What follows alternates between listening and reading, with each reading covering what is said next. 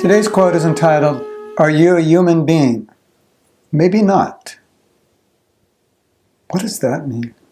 We're going to read from Srimad Bhagavatam, which lists 30 qualities of a human being, and then you can do your checklist. And before we read those 30 qualities, I'm going to read a few sentences from the purport.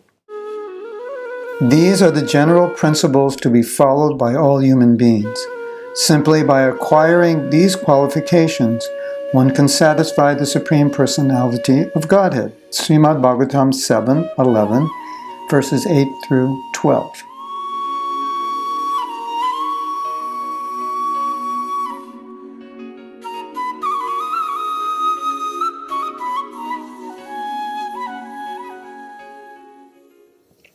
So rather than write down the 30 qualities, which I don't even know if we could fit on the screen, I thought I would read them.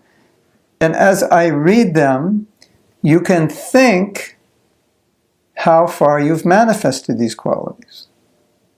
And here in the purport, Prabhupada is saying that everyone should practice these qualities because these qualities are necessary, or a necessary foundation upon which to build Krishna consciousness. These are what you could say sattvic qualities. And so I find this interesting because generally we say, of course, if you do bhakti, these qualities will develop. But at the same time, we need these qualities to develop bhakti. So chicken before the egg, egg before the chicken dilemma. We need to be in sattva guna because sattva guna is the doorway to pure devotional service.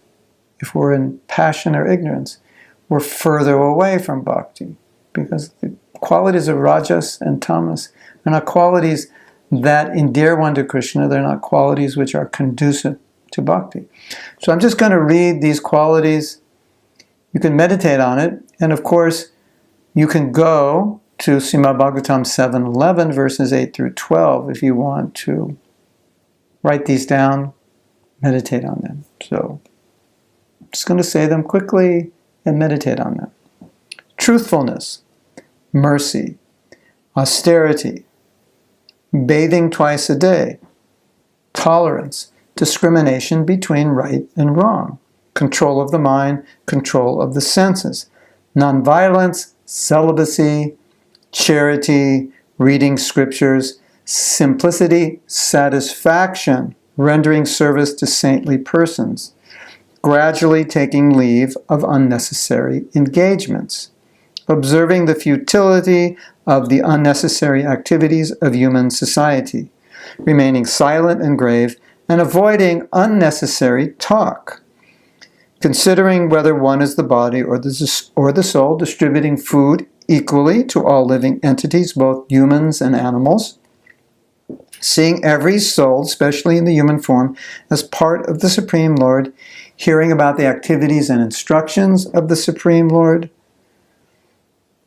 chanting about these activities and instructions, always remembering these activities and instructions, trying to render service, performing worship, offering obeisances, becoming a servant, becoming a friend, and surrendering one's whole self. O King Yudhisthira, these 30 qualifications must be acquired in the human form of life. So that's why the title of this was, "Are you human? Maybe not." Of course, that's kind of a edgy, polarizing statement, and I said it purposely. Now, Prabhupada would not tell us, you are not a human being because you don't follow these qualities. But we can ask ourselves that question. I'm trying to be a devotee. Okay, perfect. I'm trying to transcend the modes of nature.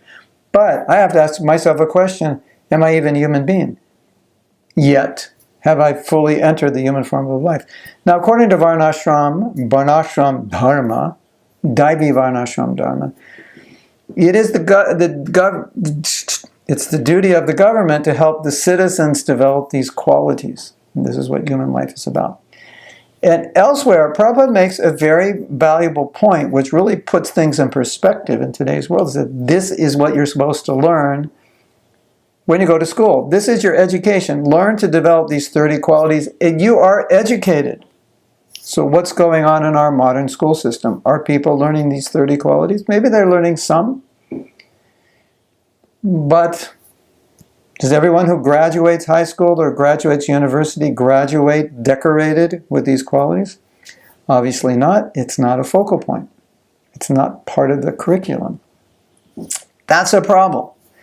Elsewhere, Prabhupada said, because we are not teaching young people to develop these qualities, then society is degenerating. Young people are degenerating. Yes, they are.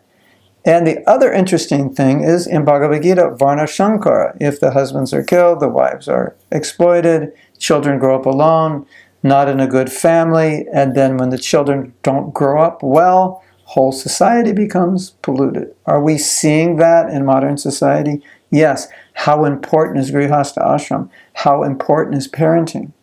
How important is it for us to live these qualities and teach our children to live these qualities? Of course, set the example for our children. So this is a very powerful verse if you think of it in terms of the ramifications and where the world is going. And we're not just talking about young people. We're talking about leaders of the world who lack virtue. What does that do to the future of this planet? Well, we see it's destroying the planet, and it's making people crazy, and people can't live simply. Number one, because they're programmed not to. Number two, the cost of living is so high. My wife was just telling me that she met some people in Hawaii and said, it's so expensive in Hawaii. Many, many people have to work 2 jobs just to live there. What is going on? You think it was expensive 50 years ago? No, it wasn't. Things are becoming very, very bad. So now all the students are thinking, what's the highest paying job? Where should I get my education? What field? Because I need to make a lot of money. Not even now because they want to be rich, but just so they can have simple things in life, like own a car or own a house. So it's unfortunate. And people will compromise their integrity to make money. And as we said, people are not learning to develop these qualities. So it's a beautiful verse. Again, it's Srimad Bhagavatam 7:11, verses 8 through 12. It's our checklist for human life. Are you actually human yet? Maybe you are, maybe you are not. You can decide. Hare Krishna. If you like this video, you can subscribe below. Also, I'd really appreciate it if you share this video with others, if you comment on it, if you like it, do whatever. You have to click to share it, because I think a lot of devotees would appreciate getting these videos. I try to take our philosophy and put it in a practical way so we know how to apply it in daily activity. And this is one of the services I do. And I want to reach as many devotees as possible. If you can help me, I'd appreciate it so much. Thank you.